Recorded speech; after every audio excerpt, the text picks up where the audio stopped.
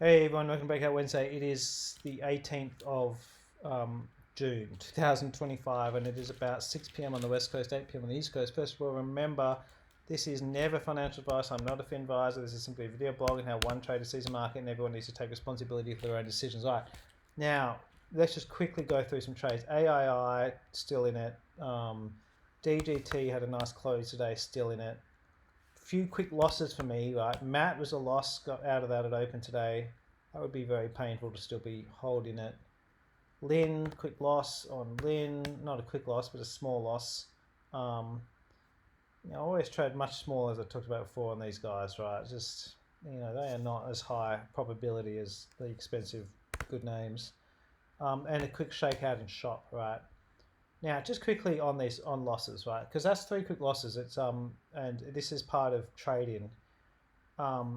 It would first of all, it would be very easy, and I say this all the time, chatting to people. It would be very easy to try and figure out excuses to why this happened. Okay, and I'm telling you, if you're trying to analyze it and go, oh, there's overhead supply, oh, there's this, your brain isn't working properly yet in terms of trading. Okay, this lost because that's what happens in trading. Like, you lose 50% of the time, and the sooner the sooner you figure out that there's not always something you could have done to prevent that loss, the sooner you're going to become a much better trader and make heaps more money. Okay, it's like a poker player who has a hand that has an 80% chance of victory. Okay, and so they push hard and they bet hard that hand and they lose. That doesn't mean it was the wrong, it doesn't mean that they shouldn't have played that hard and betted hard on that hand, because they should have. They had an 80% chance of winning. But they got unlucky, and the other someone else had a much better hand, okay? Now, with Shop and with, say, I had another quick loss in WJL, no one knew. WJL, no one told Wedjet that Israel was about to launch 100 rockets into Iran. Okay, so it breaks out, war breaks out, and all the oil stocks spike, the oil price spikes, all the travel stocks dump. Now, trying to come up with a reason for that losing and something you could have done to prevent it is, you're missing the point on what trading is about. This is perfect, 100% perfect. Shopify setup, 100% perfect. I'm going to take these setups every single day of the week, and I've accepted that there are so many unknowns in this world. Or, Shopify is a high growth stock, right? If oil goes up and people start worrying that interest rates are not going to fall, tech stocks hate that, and say growth tech stocks start dumping. Okay, it's like, but Shopify wasn't to know that Iran was about to get bombed. Okay, and so this is probably one of the most important concepts of trading, is that, like, people have a loss and then they're like, oh, what could have I done wrong to avoid it? I'm like, nothing.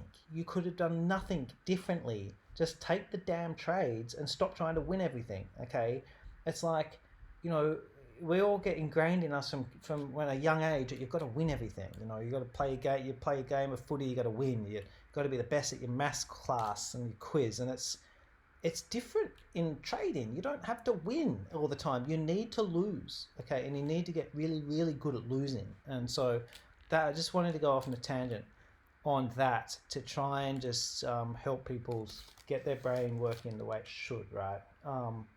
Now, what else was there?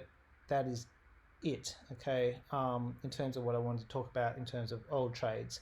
Let me just get into some new stuff. I'm watching PME pretty closely because it might be having this little fake out here, just like nice base, fake in, bang, okay?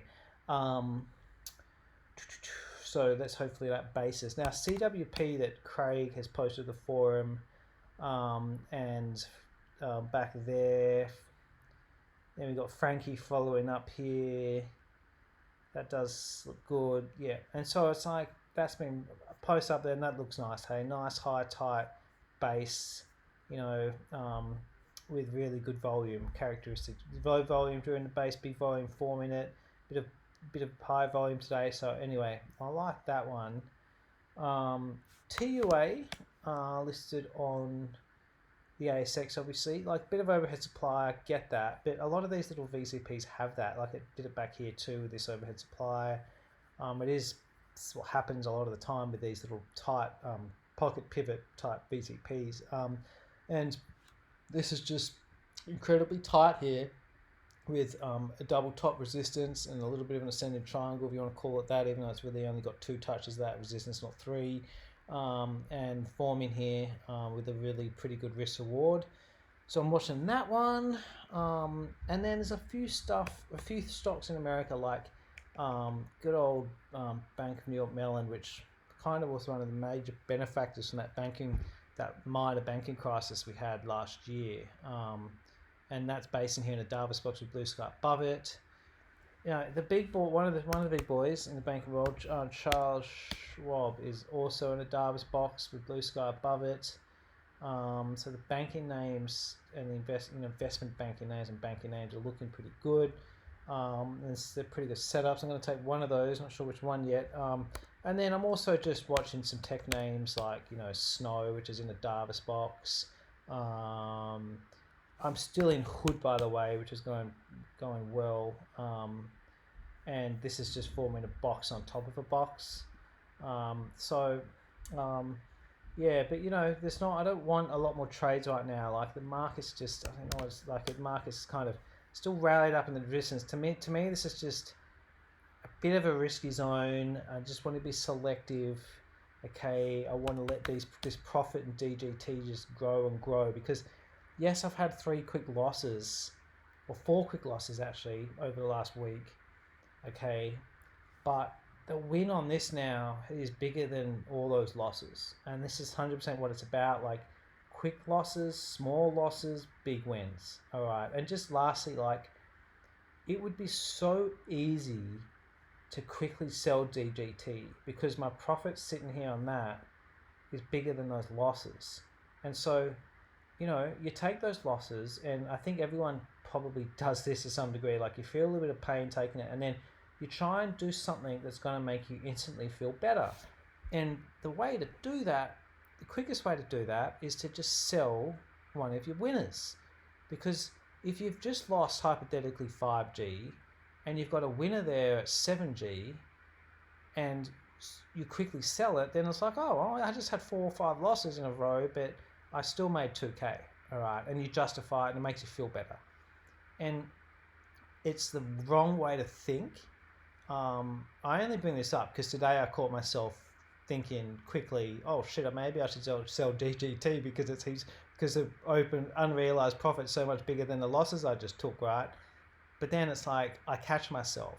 Okay, in the old days I wouldn't have called myself, I just would have sold it, and then I would have patted myself on the back and said, yeah, I'm a winner, and then walked off. Like, whereas these days it's not about the ego and having to, prove that you're a winner all the time. It's just following the plan, right? I'm riding the 10 exponential on this. Okay, this might fling up to $5. If it can do that, then I'm done for the month.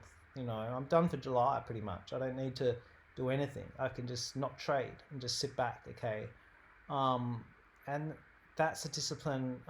There's so many little mind tricks we all play on ourselves, things we do which is self-destructive and self-sabotaging, and that is just one other little example. I don't know if I've talked about before, but I bet you 99% of people listening to this have done it and maybe continue to do it in selling a big winner to ease the pain from a bunch of losses they may have just incurred. And I'm telling you now, it's not right, and you've got to not do it if you want to be a big winner. Take care, everyone. Catch up.